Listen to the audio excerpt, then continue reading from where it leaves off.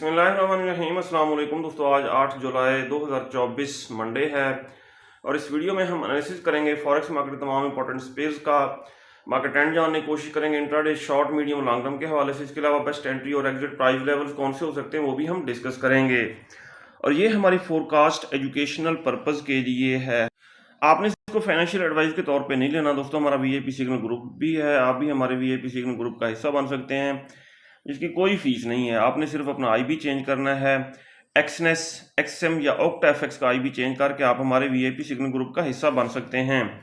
इसके अलावा अगर आप हमारे लिंक से न्यू अकाउंट क्रिएट करें तो फिर आपको आईबी चेंज नहीं करना पड़ेगा और तमाम ब्रोकर के लिंक्स जो हैं इस वीडियो की डिस्क्रिप्शन में मौजूद हैं। हमारा व्हाट्सएप नंबर भी इस वीडियो की डिस्क्रिप्शन में मौजूद है। गोल्ड मार्केट आज सुबह ओपन होने के बाद डाउन आ रही है और करंट प्राइस जो है ये तकरीबन 2385 के आसपास है। आज के दिन हमारी क्या ट्रेडिंग स्ट्रेटजी होनी चाहिए ये हम डिटेल से डिस्कस करेंगे। पहले हम देखेंगे आज की फंडामेंटल न्यूज़। दोस्तों फॉरेक्स फैक्ट्री में अगर हम आज का डाटा देखें तो यूएसडी से रिलेटेड कोई हाई, मीडियम या लो इम्पैक्ट न्यूज़ हमें नज़र नहीं आ रही। आज गोल्ड मार्केट टेक्निकली मूव करेगी।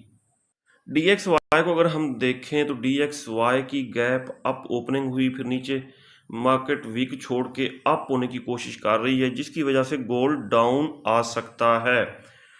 और DXY कहाँ तक अप होगा ये हम देखते हैं H4 के टाइम फ्रेम में।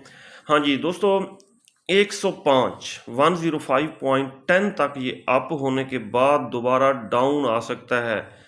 बल्कि अगर हम इंडिकेटर्स को देखें H4 के टाइम फ्रेम में, ये अपने इंडिकेटर्स पहले सेट करेगा, हो सकता है यहाँ तक भी आप चला जाए, ठीक है, 50 मूविंग एवरेज को टच करके फिर डाउन आए। इट मीन गोल्ड मार्केट पहले खातिर खा डाउन आ सकती है, उसके बाद फिर अप होगी। गोल्ड के पहले आज के हम लेवल्स लगा लेते हैं। एक्सनेस का चार्ट आपके सामने ओपन है, ये पुरानी लाइनें वगैरह ये हम करेंगे डिलीट और फ्रेश लेवल्स लगाएंगे। डेली टाइम फ्रेम के ऊपर प्रीवियस डे की कैंडल को सबसे पहले हमने देखना है। इसके नीचे हम सपोर्ट लगाएंगे, इसका कलर हम रखेंगे ब्लू, डन कर दिया। और ऊपर रेजिस्टेंस जो है इसका कलर हम रखेंगे ब्लू, इसको भी डन कर दिया, सही। और सेंटर में एक पिवट पॉइंट लगाएंगे।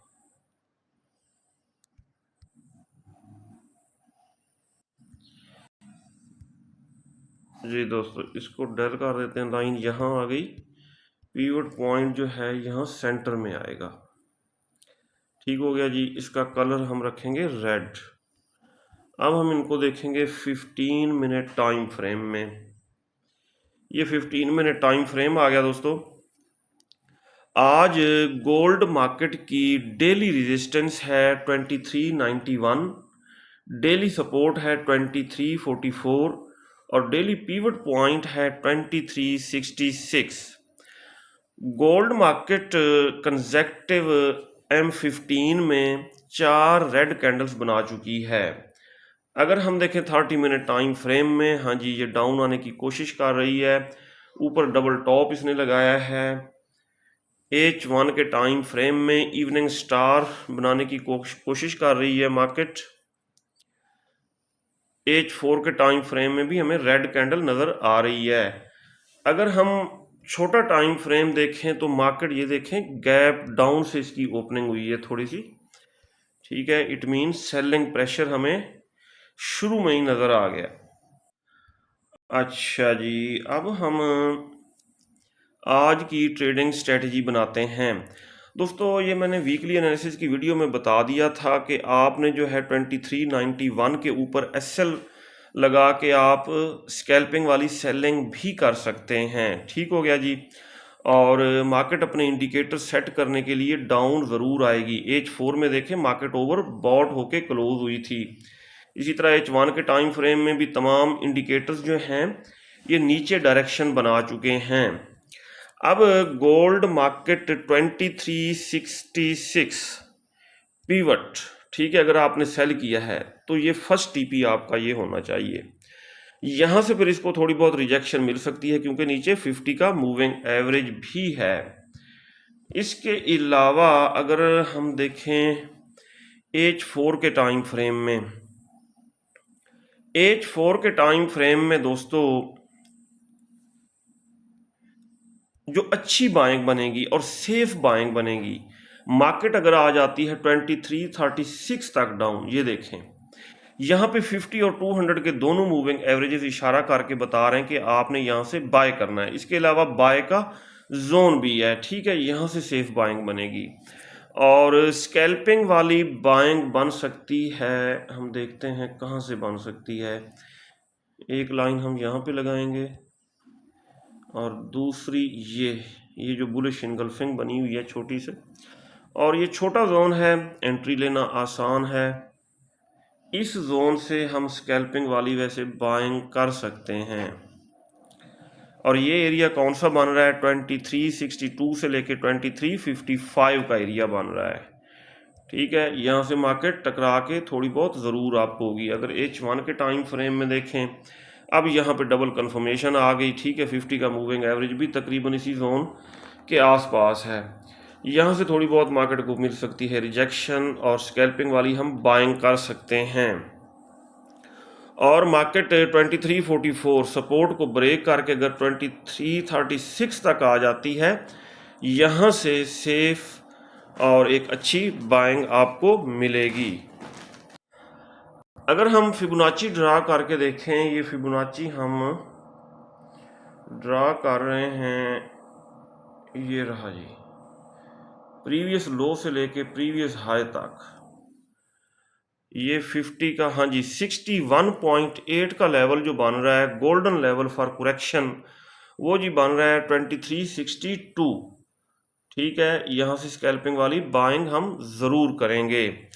और अगर ये ब्रेक हो गया, 2391 को ब्रेक कर दिया, H4 कैंडल की बॉडी इसके ऊपर क्लोज कर दी, तो फिर इसकी ब्रेकें नहीं लगनी, फिर गोल्ड जा सकता है 2400 की तरफ। दोस्तों क्रूड ऑयल के ऊपर ये हमने बाय का जोन ड्रा किया था, और ये हमने अपनी तरफ से नहीं किया था। ये देखें बुलिश इनगल्फिंग बनी H4 के टाइम फ्रेम में। Crude oil market down I, इस जोन से थोड़ा डाउन आने के बाद अब ये ग्रीन कैंडल बना रही है। चांसेस हैं कि ये दोबारा 83 84 की तरफ जा सकती है। नेचुरल गैस को अगर हम देखें तो ये थोड़ी बहुत करेक्शन करने आप होगी, सही है। ज़्यादा से ज़्यादा कहाँ तक आप हो सकती है, 2.4 2.5 तक आप हो के दोबारा डाउन आएगी। सिल्वर मार्केट को अगर हम देखें तो सिल्वर मार्केट भी गोल्ड की तरह ये मार्केट भी आ रही है डाउन, और डेली टाइम फ्रेम में इसने ये देखें ये बुलिश इनगल्फिंग बनाई है, बाय का जोन बनाया है, और इस जोन से दोबारा ये अप ट्रेंड की तरफ जा सकती है, ठीक है। अब बाय के जोन हैं दो, एक तो ये बाय का जोन हो गया, यहाँ से बाइंग थोड़ी रिस्की हो सकती है, नीचे स्टॉप लॉस लगा के आप बाइंग कीजिएगा इस जोन से नीचे।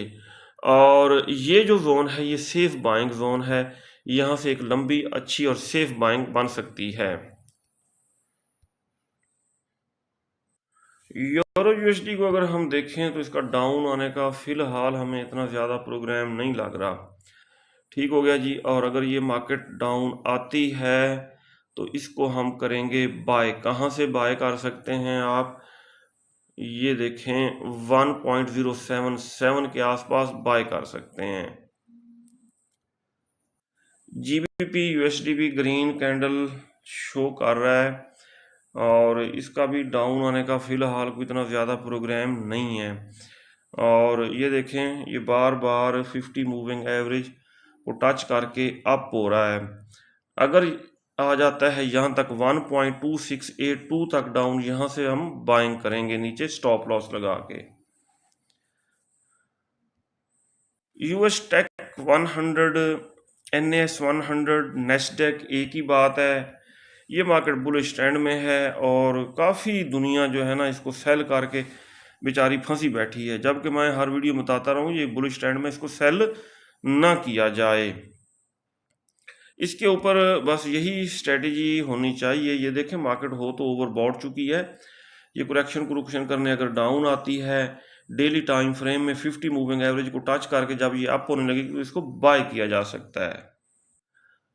US30 मार्केट भी बुलिश ट्रेंड में है और ये इंडिकेटर्स मार्केट को ओवरबॉट शो कर रहे हैं। मार्केट करेक्शन करने अगर डाउन आती है तो ये बेस्ट बाइंग जोन है और ये हमने अपनी तरफ से ड्रा नहीं किया। ये देखें यहाँ पे बनी है, क्या बनी है, बुलिश इनगल्फिंग बनी है, इसके ऊपर हमने जोन ड्रा किया है। जी दोस्तों, BTC ने ये देखें हमारे बाय के जोन को टच करके अप होने की कोशिश की, लेकिन 200 मूविंग एवरेज से इसको रिजेक्शन मिल चुकी है।